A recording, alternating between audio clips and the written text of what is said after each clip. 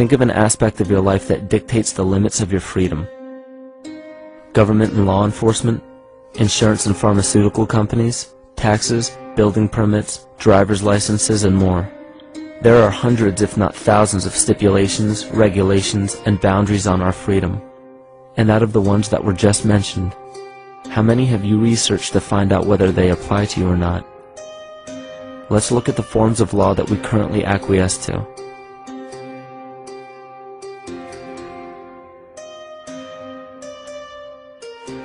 A common misconception among people is that any rule or regulation that governs them falls under one category: law.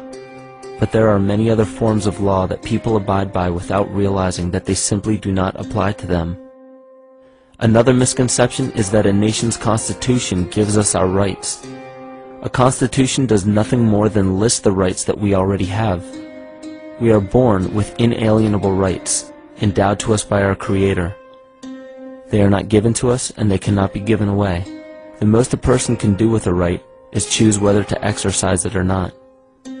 Maritime admiralty law is what's known as the law of the water. It is superseded by civil law and only applies to those who willingly contract themselves into it.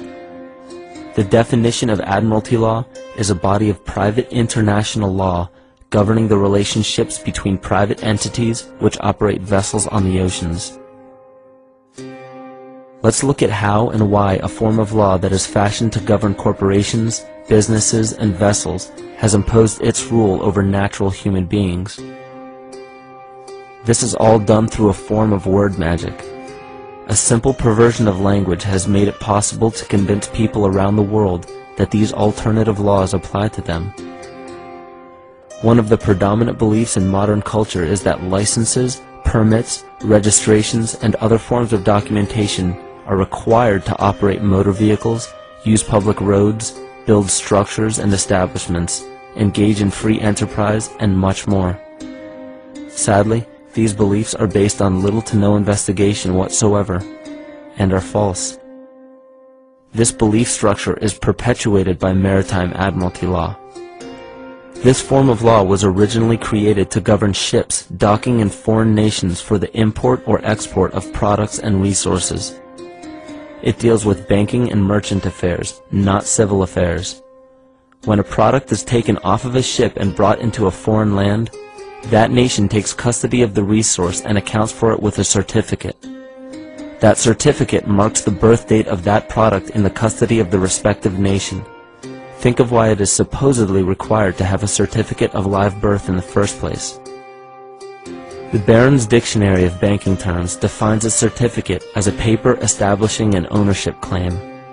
So right there, we notice that everyone with a birth certificate is defined as being owned. People are used as collateral with other nations because the U.S. is bankrupt. The United States declared bankruptcy on March 9th of 1933. At this point, the U.S. began taking out loans from a private, non-government affiliated corporation called the Federal Reserve.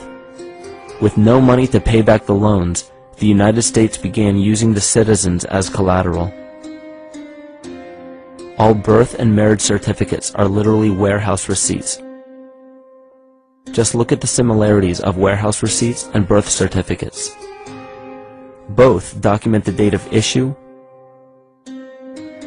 a serial number, registration number or receipt number, a description of the product, and an authorized informant to notify the appropriate government agency. With all of this information being readily available, the majority of people are unaware of their involvement with maritime admiralty law. This is possible through the manipulation of language. This admiralty law changed the meaning of the word person from a natural living person to a corporation. Driver's licenses, vehicle registrations, auto insurance forms, building permits, gun permits, work permits, tax filing documents, birth and death certificates, traffic citations, and many other forms of documentation that were once believed to be absolutely necessary only applied to persons or corporations. Upon signing such a legal document, You are indirectly waiving your rights under the Constitution and lowering your status to that of a corporation that is created with the same exact name as you. The only way to reconcile your true name from the name of the corporation is to take notice that the corporation has its name in all capital letters. This is known as capitis diminutia maxima. You may take notice that your driver's license, birth certificate, social security card, insurance cards, and more use all capital letters to legally represent the corporation with your name, not you. The corporation is known as an artificial person, whereas you, the human being, are known as a natural person. This deception goes even deeper when it comes to the courts that we attend. When showing up to court, you will notice that there are seats for witnesses behind a wooden fence or barrier. The defendant must cross through the entrance to the other side of the barrier where the plaintiff and judge sit. This act symbolizes the boarding of a ship. At this time, business can be conducted in maritime admiralty law. The judge, acting as captain or banker, is responsible for settling the balance between the two sides. This is why there is always a monetary value involved in any court case. The captain is simply dealing with banking and merchant disputes. Once the balance is paid, the case is closed. To turn the court case away from admiralty law where your rights are not protected, you must avoid agreeing to represent the artificial person.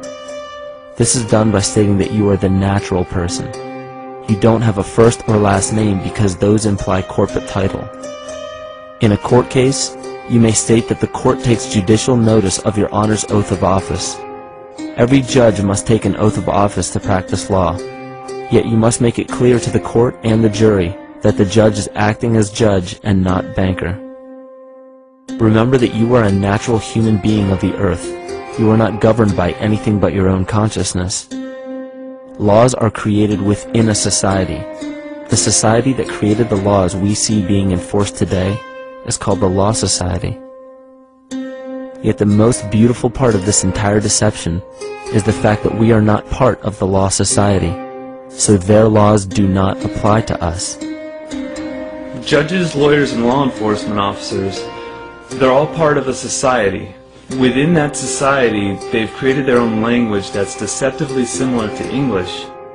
They have these little things called statutes, acts, and regulations that seem like laws, but they really only apply to those within their society. So that basically means all the traffic violations, minimum age requirements, and everything except for damage to another person or their property doesn't really apply to the natural person. Laws only apply to those within the Law Society. The game being played is an illusion. You can simply choose to open your eyes and reclaim the freedom that you were born with, bound by nothing but the limits of your imagination. These are just a few examples of assuring that your rights are being protected. By far, the most important line of defense against this deception is to be aware of the perversion of language, and be absolutely aware of how you form your beliefs and concepts.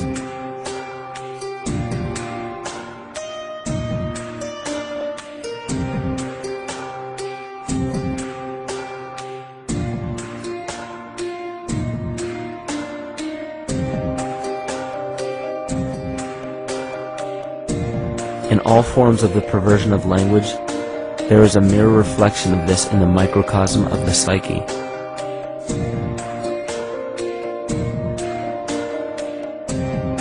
And the problem I see with humanity today is we don't truly know ourselves anymore. We have the 9-to-5 job, we have the house, the children, the bills, the television, the hobbies, and the errands that we run every single day, and we eventually begin to believe that this is who we are.